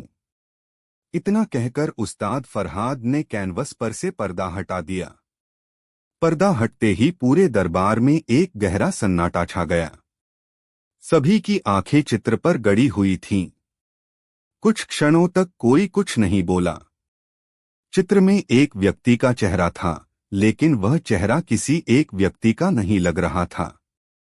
उसमें थोड़ी सी नाक मिर्जा अस्करी के वर्णन वाली टेढ़ी नाक जैसी थी, तो आंखें किसी और के वर्णन वाली तेज और गहरी। ललाट चौड़ा था, पर होठों पर एक अजीब सी मुस्कान थी जो धूर्त भी लग सकती थी और सरल भी। कुल मिलाकर वह चित्र बीरबल से थोड़ा बहुत मिलता जुलता तो था, लेकिन पूरी तरह से बीरबल का चित्र नहीं कहा जा सकता था। वह कई अलग अलग विशेषताओं का एक मिश्रण सा लग रहा था। मिर्जा अस्करी मन ही मन हंसे। उन्हें लगा कि चित्रकार बुरी तरह असफल हुआ है। बादशाह अकबर भी कुछ भ्रमित दिखे। उन्होंने बीरबल की ओर देखा, फिर चित्र की ओर। उन्होंने कहा, उस्ताद, यह चित्र, यह कुछ अजीब सा है। यह बीरबल से मिलता जुलता तो है, पर पूरी तरह से बीरबल नहीं है। इसमें कई विरोधाभासी बातें दिख रही हैं। अध्याय 19 बीरबल की सूक्ष्म दृष्टि और चित्र का असली अर्थ। अब सबकी निगाहें बीरबल पर थीं। वे क्या कहेंगे? बीरबल अपनी जगह से उठे और धीरे धीरे चित्र के पास गए। उन्होंने कुछ देर तक ध्यान से चित्र को देखा। उनके चेहरे पर एक रहस्यमयी मुस्कान तैर गई। फिर वे बादशाह की ओर मुड़े और कहा, जहां पनाह, उस्ताद फरहाद एक महान कलाकार हैं, इसमें कोई संदेह नहीं। और यह चित्र वास्तव में एक उत्कृष्ट कृति है। यह सुनकर सभी दरबारी चौंक गए। यह कैसा मजाक था? यह चित्र उत्कृष्ट कृति कैसे हो सकता था? मिर्जा अस्करी ने कहा, बीरबल, तुम क्या कह रहे हो? यह चित्र तो तुम्हारे जैसा बिल्कुल नहीं लग रहा। बीरबल मुस्कुराए और बोले, मिर्जा साहब, आप शायद चित्र के वास्तविक अर्थ को नहीं समझ पा रहे हैं।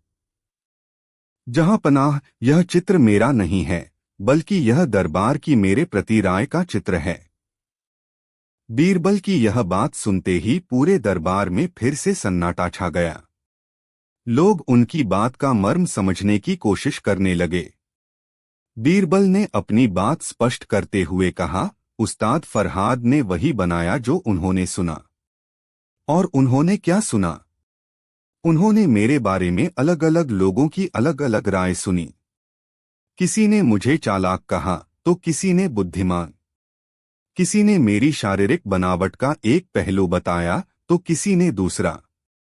उस्ताद ने इन सभी विरोधाभासी वर्णनों को मिलाकर यह चित्र बनाया है। इसलिए यह चित्र किसी एक व्यक्ति का नहीं, बल्कि विभिन्न दृष्टिकोणों का, विभिन्न विचारों का एक सम्मिश्रण है। यह चित्र दिखाता है कि कैसे हर व्यक्ति मुझे अपनी अपनी नजर से देखता है और मेरे बारे में अपनी अपनी धारणा रखता है। उन्होंने आगे कहा, जहांपनाह, यह चित्र इस बात का भी प्रमाण है कि किसी भी व्यक्ति के बारे में केवल सुनकर, बिना उसे प्रत्यक्ष रूप से जाने, एक सही और समग्र राय बनाना कितना कठिन है। हर व्यक्ति का अपना दृष्टिकोण होता है, अपने पूर्वाग्रह होते हैं जो उसके वर्णन को प्रभावित करते हैं। बीरबल की यह व्याख्या सुनकर उस्ताद फरहाद भी चकित रह गए। उन्होंने स्वयं भी शायद इस गहराई तक नहीं सोचा था। वे तो केवल विभिन्न वर्णनों को ईमानदारी से कैनवस पर उतारने का प्रयास कर रहे थे। बादशाह अकबर बीरबल की इस सूक्ष्म दृष्टि और गहरी समझ से अत्यंत प्रभावित हुए। उन्होंने महसूस किया कि बीरबल ने न केवल चित्र की सही व्याख्या की है, बल्कि एक बहुत महत्वपूर्ण दार्शनिक सत्य को भी उजागर किया है। अध्याय 20, सत्य की पहचान और बुद्धिमत्ता का सच्चा सम्मान। बादशाह अकबर ने खड़े होकर कहा, बीरबल, तुमने एक बार फिर अपनी असाधारण बुद्धिमत्ता का परिचय दिया है। तुमने न केवल उस्ताद फरहाद की कला का सही मूल्यांकन किया, बल्कि हमें यह भी सिखाया कि सत्य के कई पहलू हो सकते हैं और किसी भी व्यक्ति या वस्तु को समझने के लिए एक व्यापक और निष्पक्ष दृष्टिकोण की आवश्यकता होती है।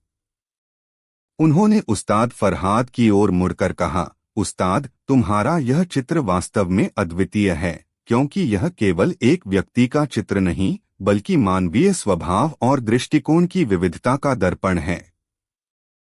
हम तुम्हारी कला का सम्मान करते हैं। उस्ताद फरहाद ने सिर झुकाकर बादशाह और बीरबल का आभार व्यक्त किया। उन्हें खुशी थी कि उनकी कला को सही मायने में समझा और सराहा गया। इस घटना के बाद दरबार में बीरबल का सम्मान और भी बढ़ गया। लोगों ने देखा कि बीरबल न केवल समस्याओं को सुलझाने में माहिर थे, बल्कि उनमें मानवीय व्यवहार और दर्शन की भी गहरी समझ थी। यह कहानी हमें सिखाती है कि प्रत्यक्ष ज्ञान का महत्व किसी के बारे में केवल सुनकर राय बनाने की बजाय उसे प्रत्यक्ष रूप से जानना अधिक महत्वपूर्ण है। दृष्टिकोण की भिन्नता, एक ही व्यक्ति या वस्तु को अलग अलग लोग अलग अलग नजरिए से देख सकते हैं और सभी के दृष्टिकोण में आंशिक सत्य हो सकता है। पूर्वाग्रहों का प्रभाव, हमारे पूर्वाग्रह हमारी समझ और निर्णय को प्रभावित कर सकते हैं। कला की व्याख्या, कला का अर्थ केवल सतह पर दिखने वाले रूप में नहीं, बल्कि उसके गहरे निहितार्थों में भी छिपा हो सकता है। बीरबल की यह कहानी भी अकबर बीरबल की उन अनगिनत कथाओं में जुड़ गई जो न केवल मनोरंजन करती हैं, बल्कि जीवन के महत्वपूर्ण सबक भी सिखाती हैं। यह दिखाती है कि सच्ची बुद्धिमत्ता केवल समस्याओं को सुलझाना नहीं, बल्कि दुनिया को एक गहरी और अधिक सूक्ष्म दृष्टि से देखना भी है। निश्चित रूप से चित्रकार वाली घटना के बाद यहाँ अकबर और बीरबल की कहानी का अगला भाग प्रस्तुत है। पिछली कहानी का संक्षिप्त सारांश। ईरानी चित्रकार उस्ताद फरहाद दरबारियों के वर्णन के आधार पर बीरबल का चित्र बनाते हैं। चित्र बीरबल से पूरी तरह मेल नहीं खाता, बल्कि विभिन्न विरोधाभासी विशेषताओं का मिश्रण होता है। बीरबल इसकी व्याख्या करते हुए कहते हैं कि यह चित्र उनका नहीं, बल्कि दरबार की उनके प्रति राय का चित्र है, जो विभिन्न दृष्टिकोणों और पूर्वाग्रहों को दर्शाता है। बादशाह बीरबल की सूक्ष्म दृष्टि से प्रभावित होते हैं। अगला भाग। अध्याय 21, एक रहस्यमयी बीमारी और शाही हकीमों की विफलता। चित्रकार वाली घटना को कुछ महीने बीत चुके थे। दिल्ली में मौसम बदल रहा था और हल्की ठंडक ने दस्तक दे दी थी। इसी बीच बादशाह अकबर एक अजीब और रहस्यमयी बीमारी से ग्रस्त हो गए। उन्हें पूरे शरीर में भयानक खुजली होती थी, इतनी तीव्र कि वे रात रात भर सो नहीं पाते थे। उनकी त्वचा पर लाल लाल चकत्ते उभर आते थे और उन्हें हर समय बेचैनी महसूस होती थी। बादशाह की यह हालत देखकर पूरा महल चिंतित हो उठा। तुरंत शाही हकीमों की एक टीम बुलाई गई। हकीम लुकमान, जो उस समय के सबसे प्रसिद्ध और अनुभवी हकीम थे, ने स्वयं बादशाह की जांच की। उन्होंने विभिन्न जड़ी बूटियों और लेपों का प्रयोग किया, कई प्रकार के काढ़े और दवाएं दीं, लेकिन बादशाह की हालत में कोई सुधार नहीं हुआ। दिन प्रतिदिन उनकी खुजली और बेचैनी बढ़ती ही जा रही थी। अन्य शाही हकीमों ने भी अपने अपने नुस्खे आजमाए, लेकिन कोई भी दवा कारगर साबित नहीं हुई। बादशाह का स्वास्थ्य लगातार गिरता जा रहा था। वे दरबार में भी ठीक से बैठ नहीं पाते थे और उनका स्वभाव चिड़चिड़ा हो गया था। महल में उदासी और निराशा का माहौल छा गया।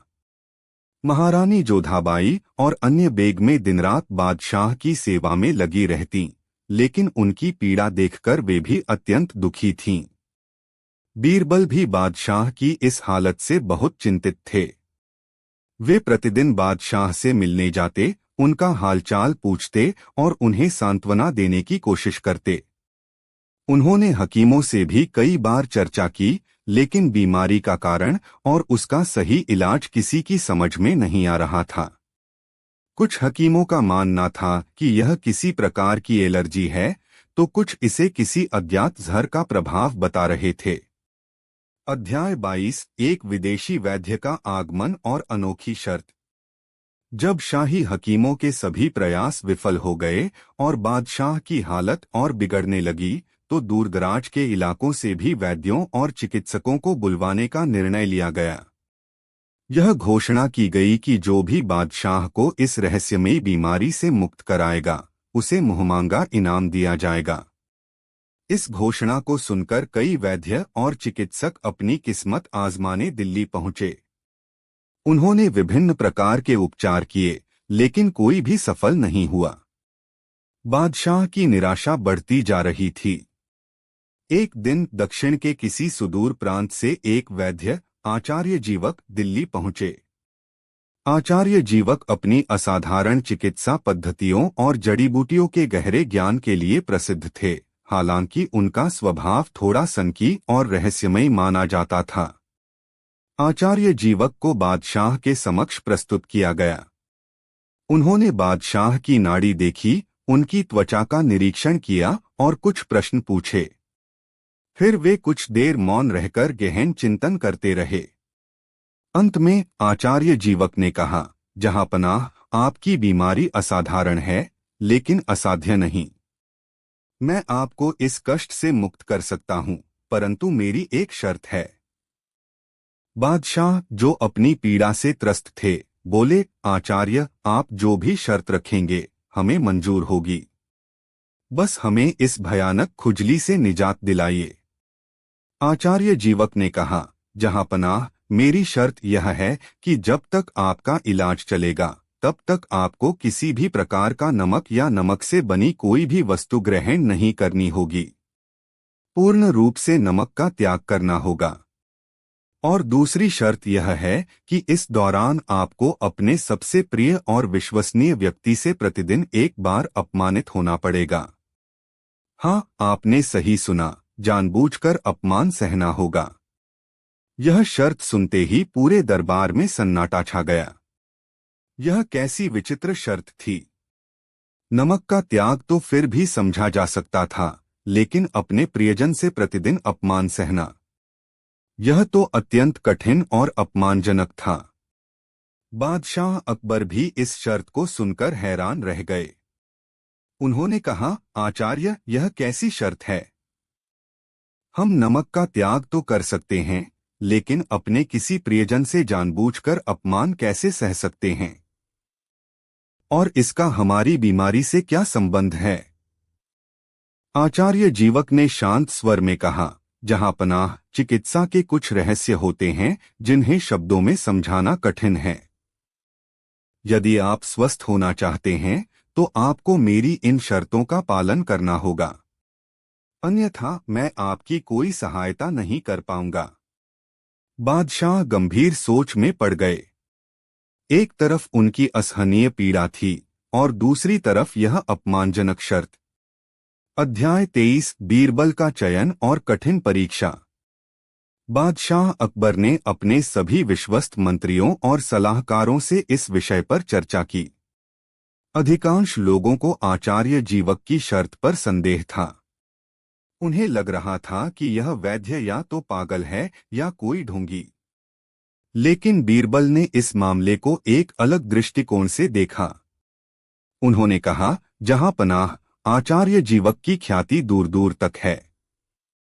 हो सकता है कि उनकी इस विचित्र शर्त के पीछे कोई गहरा चिकित्सीय कारण हो जिसे हम समझ नहीं पा रहे हैं।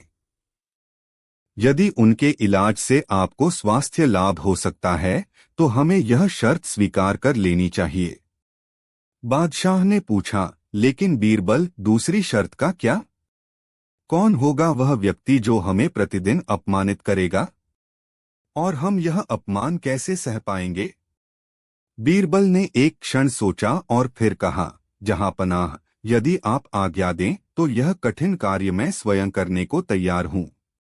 मैं आपका सबसे विश्वसनीय सेवक हूं और आपके स्वास्थ्य के लिए मैं कोई भी भूमिका निभाने को तैयार हूं, चाहे वह कितनी भी अप्रिय क्यों न हो। मैं प्रयास करूंगा कि मेरा अपमान ऐसा हो जो वैद्य की शर्त को भी पूरा करे और आपकी गरिमा को भी ठेस न पहुंचाए। बादशाह अकबर बीरबल की निष्ठा और समर्पण देखकर द्रवित हो गए। उन्हें बीरबल पर पूरा भरोसा था। उन्होंने भारी मन से आचार्य जीवक की शर्तें स्वीकार कर लीं और बीरबल को यह अप्रिय कार्य सौंप दिया। अगले दिन से बादशाह का इलाज शुरू हुआ। उन्होंने पूरी तरह से नमक का सेवन बंद कर दिया। आचार्य जीवक उन्हें कुछ विशेष जड़ी बूटियों का लेप लगाने के लिए देते और कुछ काढ़े पीने के लिए। और हर सुबह नियत समय पर बीरबल बादशाह के कक्ष में उपस्थित होते। उनके चेहरे पर गंभीरता होती और वे कुछ ऐसी बातें कहते या ऐसा व्यवहार करते जो ऊपरी तौर पर अपमानजनक लगता, लेकिन जिसमें गहरी चिंता और वफादारी छिपी होती। उदाहरण के लिए, एक दिन बीरबल ने कहा, जहां पनाह, आज आप बहुत कमजोर और बीमार लग रहे हैं। ऐसा लगता है जैसे राजकाज का बोझ अब आपसे संभल नहीं पाएगा। शायद आपको कुछ समय के लिए सभी जिम्मेदारियों से मुक्त होकर आराम करना चाहिए। यह बात सीधे तौर पर बादशाह की क्षमता पर प्रश्न उठाती थी, जो एक प्रकार का अपमान था। दूसरे दिन जब बादशाह कोई महत्वपूर्ण निर्णय ले रहे थे, बीरबल ने बीच में टोकते हुए कहा, क्षमा करें जहांपनाह, लेकिन मुझे लगता है कि इस मामले में आपका निर्णय जल्दबाजी भरा और अदूरदर्शी है। आपको इस पर पुनर्विचार करना चाहिए। यह भी बादशाह के विवेक पर एक टिप्पणी थी। कभी बीरबल बादशाह के कपड़ों या उनके बैठने के ढंग पर कोई चुभती हुई टिप्पणी कर देते, तो कभी उनके किसी प्रिय शौक का मखौल उड़ा देते। हर बार उनका अपमान अलग और अप्रत्याशित होता। बादशाह अकबर के लिए यह अत्यंत कठिन समय था। एक तो बीमारी की पीड़ा, ऊपर से अपने सबसे प्रिय मित्र और सलाहकार के मुख से प्रतिदिन कटु वचन सुनना। कई बार उनका मन क्रोध और निराशा से भर जाता, लेकिन वे बीरबल की आंखों में छिपी विवशता और अपने स्वास्थ्य की कामना को समझते थे और चुपचाप सब सहन कर लेते। अन्य दरबारी, जो इस व्यवस्था से अनजान थे, बीरबल के इस बदले हुए व्यवहार को देखकर हैरान थे। कुछ ने सोचा कि बीरबल सत्ता के मद में चूर हो गए हैं, तो कुछ ने कहा कि बादशाह की बीमारी का उन पर बुरा असर पड़ा है। मिर्जा अस्करी जैसे लोग मन ही मन प्रसन्न थे कि बीरबल बादशाह की नजरों से गिर रहे हैं। अध्याय 24 रहस्य का अनावरण और स्वास्थ्य लाभ। दिन बीतते गए। बादशाह अकबर आचार्य जीवक के निर्देशों का कड़ाई से पालन करते रहे। उन्होंने नमक का पूर्ण त्याग किया और बीरबल के अपमान को भी धैर्यपूर्वक सहा। धीरे धीरे उनकी हालत में सुधार होने लगा। उनकी खुजली कम होने लगी, त्वचा के चकत्ते हल्के पड़ने लगे और उनकी बेचैनी भी घटने लगी। लगभग 3 सप्ताह के बाद बादशाह अकबर लगभग पूरी तरह से स्वस्थ हो गए। उनके चेहरे पर वही पुराना तेज और स्फूर्ति लौट आई। पूरे महल में खुशी की लहर दौड़ गई। शाही हकीम भी आचार्य जीवक की चिकित्सा पद्धति देखकर चकित थे। जब बादशाह पूरी तरह स्वस्थ हो गए तो उन्होंने आचार्य जीवक को दरबार में बुलवाया और उन्हें बहुमूल्य उपहारों से सम्मानित किया। उन्होंने आचार्य से पूछा, आचार्य, अब तो हम स्वस्थ हो गए हैं, क्या आप अब हमें अपनी इस विचित्र शर्त का रहस्य बता सकते हैं? नमक के त्याग का तो कुछ चिकित्सीय महत्व हो सकता है, लेकिन प्रतिदिन अपमान सहने का हमारी बीमारी से क्या संबंध था? आचार्य जीवक मुस्कुराए और बोले, जहांपनाह, आपकी बीमारी का मुख्य कारण केवल शारीरिक नहीं था, बल्कि मानसिक भी था। अत्यधिक राजसी सुख सुविधाओं, हर इच्छा की तत्काल पूर्ति और निरंतर प्रशंसा सुनने के कारण आपके शरीर और मन में एक प्रकार का अहंकार विष जमा हो गया था। यह विष ही आपकी त्वचा की समस्याओं और बेचैनी का मूल कारण था।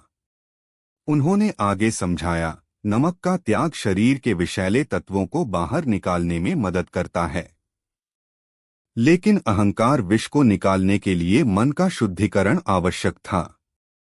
जब आप अपने सबसे प्रिय व्यक्ति से प्रतिदिन अपमान सहते थे तो आपका अहंकार टूटता था, आपका मन विनम्र होता था। यह प्रक्रिया आपके शरीर और मन दोनों के लिए एक प्रकार की शुद्धि क्रिया थी। जब आपका मन अहंकार रहित और शांत हुआ तो शरीर ने भी स्वतः ही स्वास्थ्य लाभ करना शुरू कर दिया।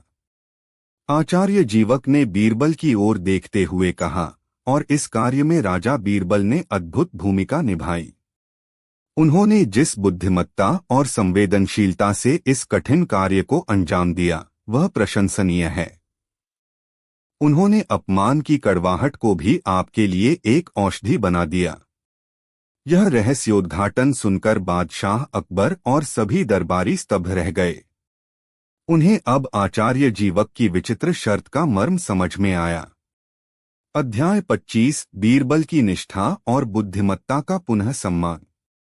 बादशाह अकबर की आंखों में बीरबल के प्रति कृतज्ञता और स्नेह के आंसू भर आए। उन्होंने बीरबल को गले लगा लिया और कहा, बीरबल, तुम न केवल मेरे मंत्री हो बल्कि मेरे सच्चे मित्र और मार्गदर्शक भी हो। तुमने मेरे स्वास्थ्य के लिए इतना बड़ा त्याग किया और इतने अप्रिय वचन सहे। मैं तुम्हारा यह उपकार कभी नहीं भूलूंगा। बीरबल ने विनम्रता से कहा, जहांपनाह, यह तो मेरा कर्तव्य था। आपका स्वास्थ्य और प्रसन्नता ही मेरे लिए सर्वोपरि है। दरबार में उन लोगों को भी अपनी गलती का एहसास हुआ जो बीरबल के व्यवहार को गलत समझ रहे थे। मिर्जा अस्करी का सिर शर्म से झुक गया। इस घटना ने एक बार फिर बीरबल की असाधारण निष्ठा, बुद्धिमत्ता और मानवीय मनोविज्ञान की गहरी समझ को सिद्ध कर दिया। उन्होंने न केवल बादशाह के स्वास्थ्य लाभ में महत्वपूर्ण भूमिका निभाई, बल्कि यह भी दिखाया कि सच्ची मित्रता और सेवाभाव किसी भी कठिन परीक्षा का सामना कर सकता है। आचार्य जीवक को विदा करने के बाद बादशाह अकबर ने बीरबल को विशेष रूप से सम्मानित किया और उनके प्रति अपने स्नेह और विश्वास को और भी प्रगाढ़ किया। यह कहानी हमें सिखाती है कि शारीरिक और मानसिक स्वास्थ्य का संबंध, हमारा शारीरिक स्वास्थ्य हमारे मानसिक और भावनात्मक स्वास्थ्य से गहराई से जुड़ा होता है।